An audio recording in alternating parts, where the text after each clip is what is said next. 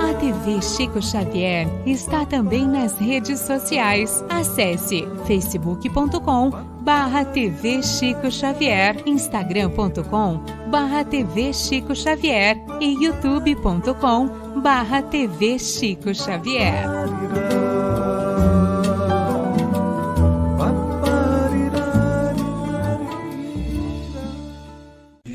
Tem. Legal, né? Ela tem, Ivan, porque isso causa sofrimento. Você sabe o que essa moça faz durante 3 horas lá? Ela tem que fazer uma coisa que ela sabe que está errada e não parar. Imagina, isso é muito angustiante. Então, tá na hora de ajudar essa mocinha aí, tá bom?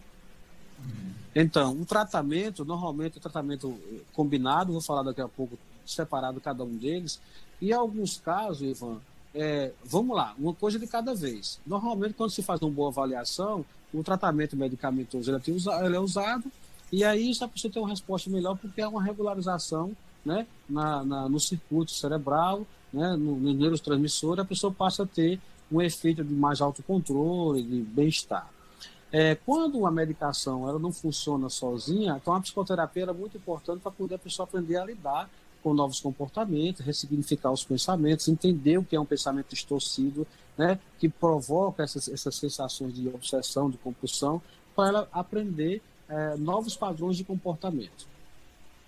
Então, telespectadores aqui, em alguns casos, quando o caso se torna mais crônico, tem aqueles casos que são refratários. O que é isso? Que a pessoa nem melhora nem com medicação, nem com a terapia combinada. Não é? Então, tem casos que as pessoas não melhoram, são casos delicados, e que hoje se faz uma psicocirurgia. Então, a cirurgia cerebral, ela é uma de formas de tratamento quando o caso é extremamente grave, tá?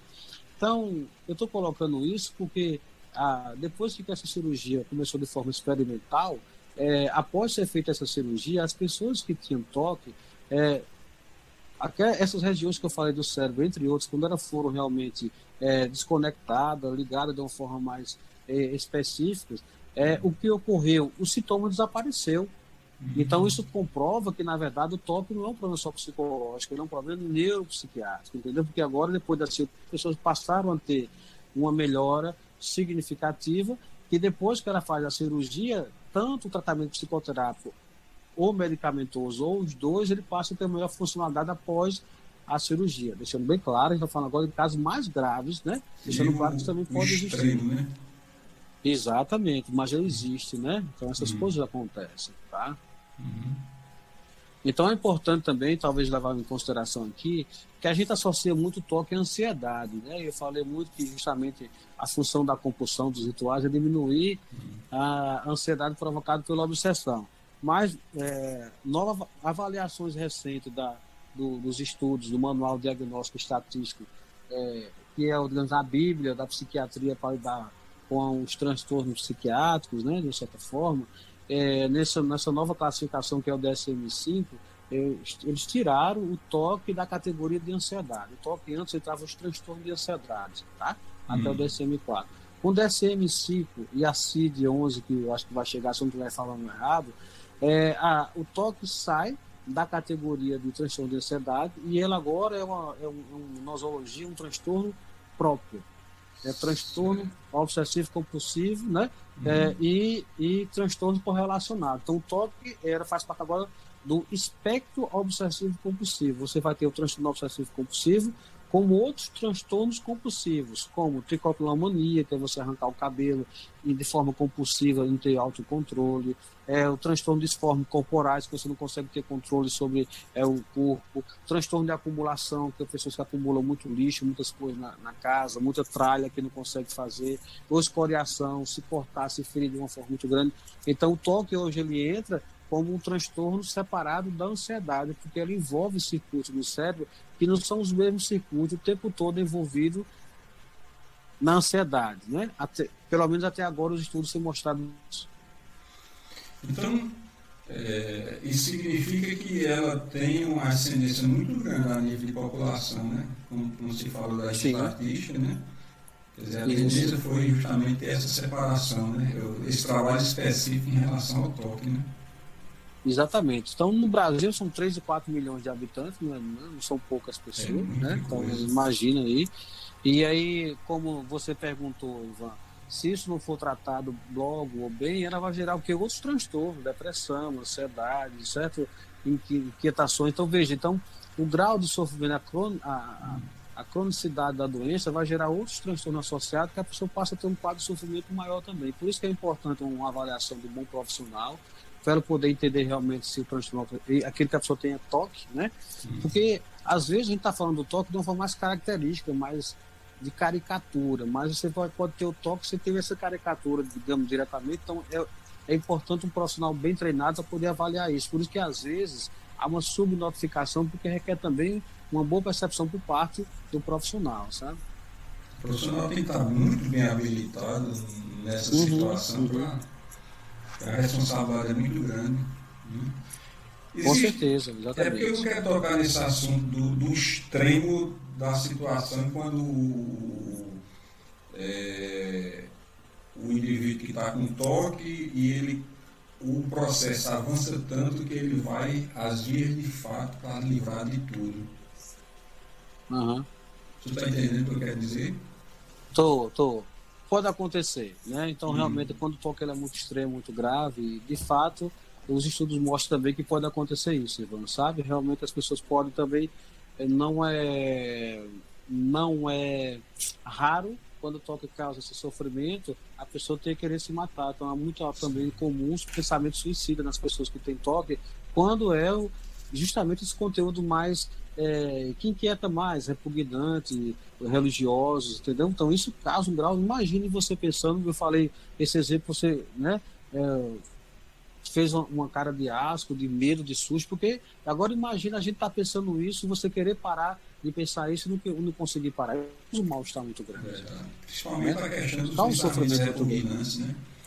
Exatamente. E aí estrutura religiosa já determinada.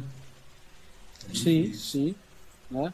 Então, Ivan, por isso que é importante ajuda, né? Nessas horas é também importante a gente reconhecer que não está bem, buscar a ajuda necessária, sabe? Falar, é importante que a gente fale, que a gente coloque o nosso grau de sofrimento. Porque a primeira coisa que a gente tem, Ivan, a gente tem uma cultura geral, no mundo que a gente vive num mundo de resultados, no mundo que todo mundo tem que dar bem, a gente estuda para ter resultados, quem tem resultado é mais aplaudido de uma forma direta. A gente também é muito estimulado por a questão do capitalismo de uma forma mais selvagem, né?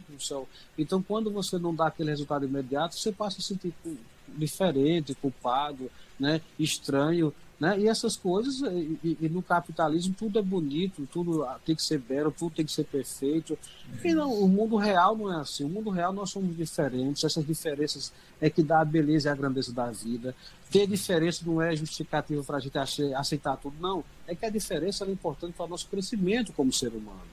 Né? E mais diferença e na família, principalmente, começa mais na família, né? Quando a família tem alguma dificuldade de lidar com isso, porque a gente passa a observar uma família principalmente grande, né? Ela é um ensaio de uma sociedade. Então, uma família grande tem de tudo, tem intelectuais, tem cientistas, tem dona de casa, tem gente que não respeita a regra, tem gente que gosta de farrar, tem gente que pede a estribeira, ou seja, né? Então, é isso mesmo. Mas a gente quer nivelar todo mundo por igual, né? Não é, eu acho que em algum momento o mais importante é esse acolhimento, saber que dentro do razoável a gente tem a nossa diferença. Exato. Então a gente poderia deixar tranquilo as pessoas que existe, vamos dizer assim, a cura, se for buscado a terapêutica. Sim, é o tratamento. Se falar de cura, para o toque, a gente tem que ser mais honesto. Na verdade, pesquisas mais rigorosas mostram que o tratamento, quando é bem feito, mais adequado, o resultado é de 22% de cura. Então, você vê, digamos assim, de curar, né? Então, porque ela pode mudar ao longo do tempo, não é um tratamento tão fácil, às vezes pode ser caro, porque de repente, né, essa pessoa tem menos condições financeiras de ter acesso a psiquiatra, a psicólogo, por isso que é importante o SUS aí, porque a gente está falando de 3, 4 milhões de habitantes no Brasil que tem toque. né? Então, entendeu? Então, nesse caso, Ivan, eu acho que é fundamental também essa questão de buscar ajuda, ter o tratamento, a questão de cura, até dentro da psicoterapia, falar de cura é uma coisa relativa, porque, né? Mas, do ponto de vista da medicação, o efeito, ela tem isso, mais ou menos em torno de 25%. Então, a gente tem agora um grau que varia de 75% de pessoas que podem oscilar, né, durante o tratamento. Então, por isso que é importante buscar ajuda e a ajuda adequada o melhor possível. Exato. A questão da qualidade de vida, né? Eu quis provocar isso para as pessoas também terem uma noção. Alguns pacientes levam com bom humor, sabe? Assim, quando o paciente tem o melhor vínculo com a gente, você sabe disso, quando há uma melhor confiança, então até brincam com eles mesmos, levam com bom humor. Quando levam com bom humor, no sentido de poder quebrar um pouco o gelo, é até bom, sabe? Então, assim, porque, imagina, você está mudando um ritual. Eu e um paciente, a última vez que a gente teve um contato, eu achei ele tinha o toque justamente de antes de entrar em casa, né, dar 6 voltas ao redor do quarteirão, ver se não tinha atropelado alguém. Aí ele fica rindo, rapaz, eu sou um cara bom não, né, da cabeça, por que fazer isso? Aí ele ri que chorava como uma forma de extravasar. Claro, aí a gente fez o tratamento adequado, com o tratamento adequado para o toque, ele passa a ter maior autocontrole, ter uma melhor qualidade de vida, né? Então, sabe, são essas coisas, sabe, que a gente tem que lidar melhor.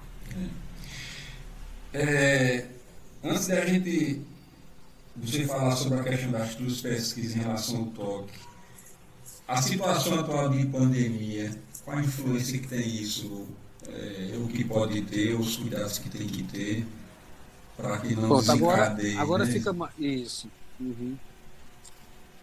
Desculpe, exatamente. Eu acho que agora fica mais fácil a gente associar as duas coisas, né? Então, veja, a gente está falando de uma situação que é real. A pandemia não é uma irracionalidade, né? Porque no início da pandemia tinha muitas informações desencontradas, a gente escutava muita informação, isso também gerou muito mal-estar em muitas pessoas, porque a gente tinha tanta informação que era informação que dava muito medo, mas também porque a gente não estava falando de algo, é algo invisível, porém real, não é algo irracional, né? Então, o coronavírus, ele provoca o quê?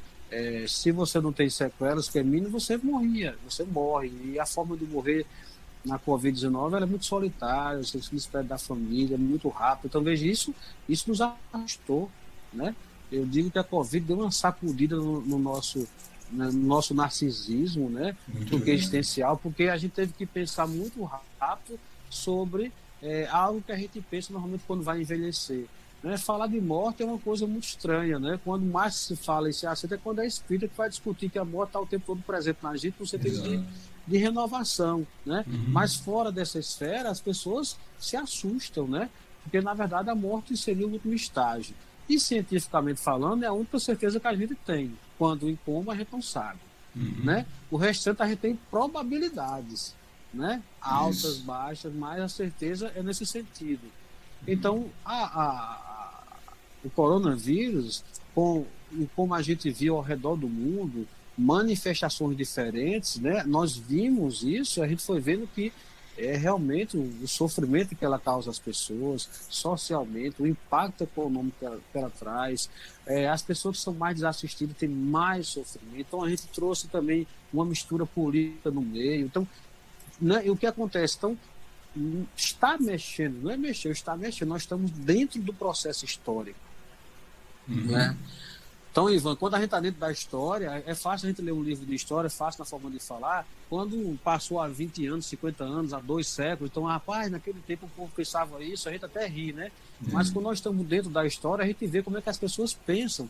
Então, muitas vezes, eu, enquanto terapeuta cognitivo, nós temos uma perspectiva filosófica que o que nos interessa não é só a realidade em si concreta, física, mas o significado que dá a ela. Se eu tenho uma realidade que eu dou um significado muito distorcido, mesmo que seja distorcido, para mim é uma grande realidade. Então, tão importante quanto a realidade é a interpretação que eu dou a essa realidade.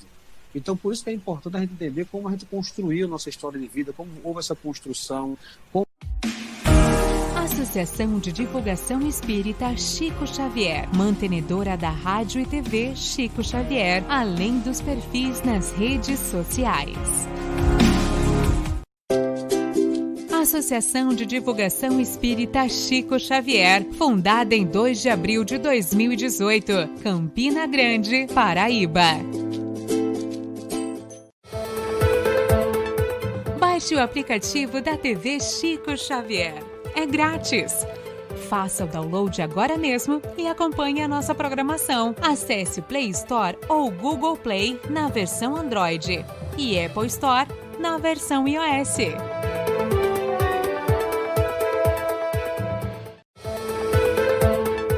Baixe o aplicativo da TV Chico Xavier. É grátis. Faça o download agora mesmo e acompanhe a nossa programação. Acesse o Play Store ou Google Play na versão Android e Apple Store na versão iOS. Espírito de amor, Francisco Cândido Xavier. Faça uma doação e ajude a divulgar ainda mais a doutrina espírita. Nosso conteúdo é gratuito e sempre será. Acesse tvchicoxavier.com e contribua. Chico Xavier.